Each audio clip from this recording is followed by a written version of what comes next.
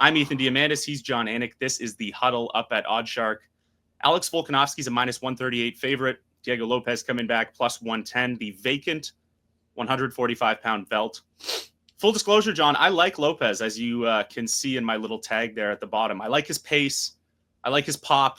I like his pressure. But Volkanovski, is a legend. He has experience. He's so talented. But of course, his age is of particular concern, John. The over 35 curse. Everybody mentions it now. It started with Volkanovski. Of course, for folks who don't know, anyone between the weight classes of flyweight and welterweight that is over 35 years old in a title fight, they are just 2-31. The only guys to beat it, Tyron Woodley and your boy Bilal Muhammad.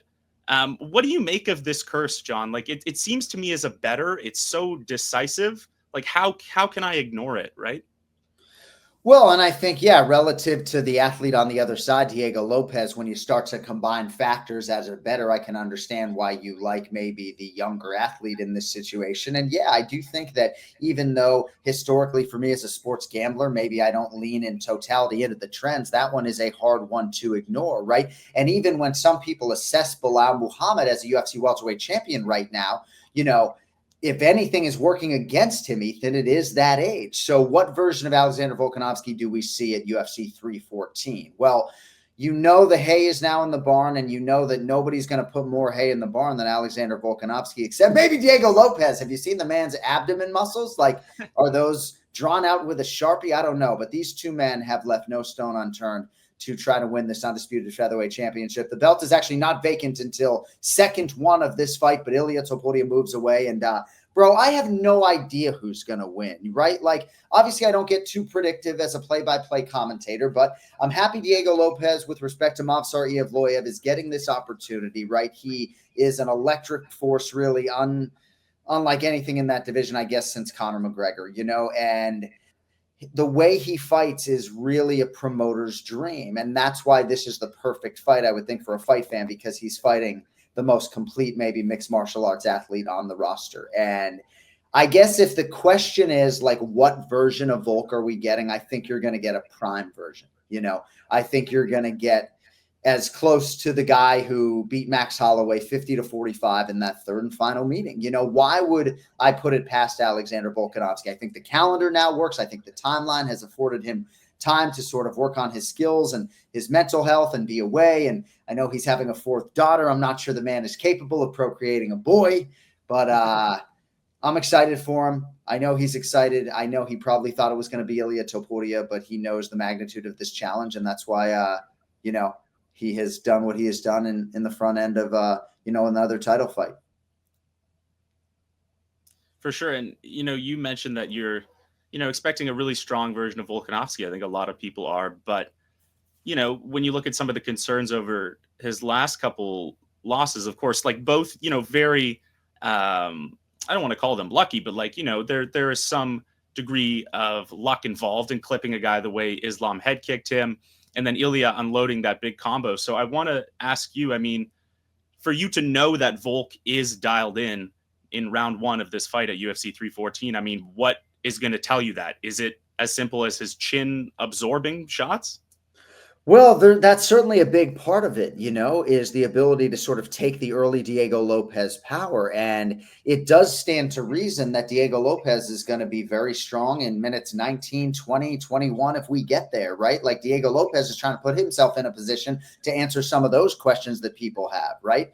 Because if this was a 5-minute fight, I think the handicap pendulum would swing towards Diego Lopes, but we're scheduled for 25 minutes. So I think the chin is part of it, the ability to take a shot. But really, we did a press conference probably 6-7 weeks ago.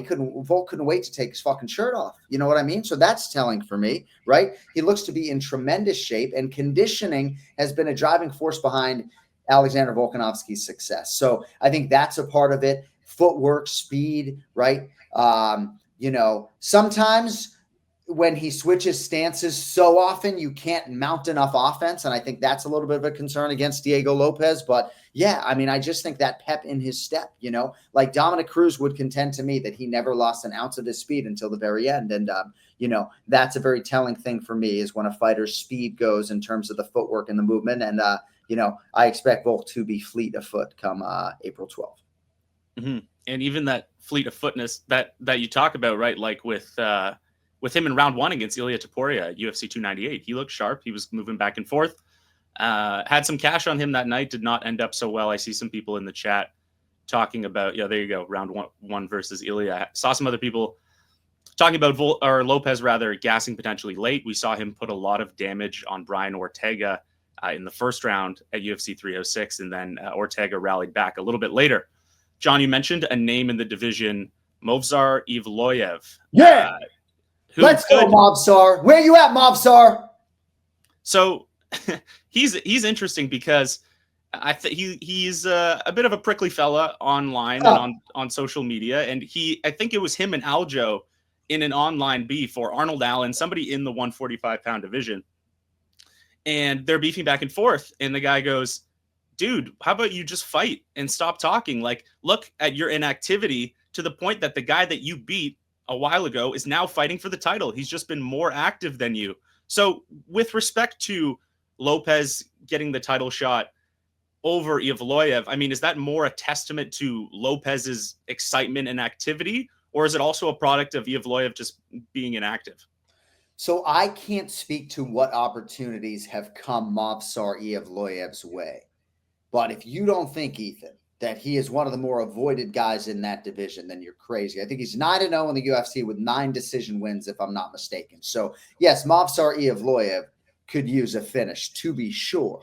But there's not a lot of people who are barking from the rooftops trying to fight the guy. And stylistically, right, he makes for such a suffocating night at the office. And yes, sometimes it's a little bit blanket-esque and not always what a promoter would be looking for, live on pay-per-view Saturday night, like Diego Lopes, who literally blows the doors off the place and fought Movsar as competitively as anyone in his short notice UFC debut. That is also a factor in this, right?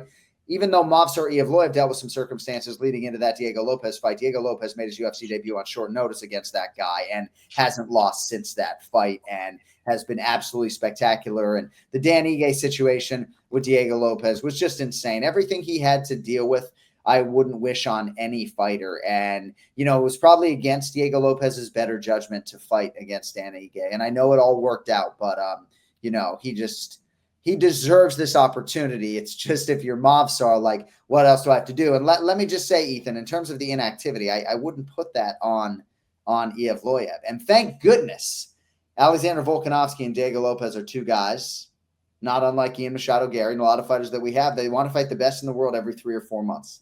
And you can be sure if Volk wins this belt, he's not afraid to fight Movsar Evloev. He's already put the guy over. So it's a good time to be a featherweight, I think, because both of these champions are going to want to turn it around, not unlike our bantamweight champion right now and our welterweight champion right now and our interim heavyweight champion right now.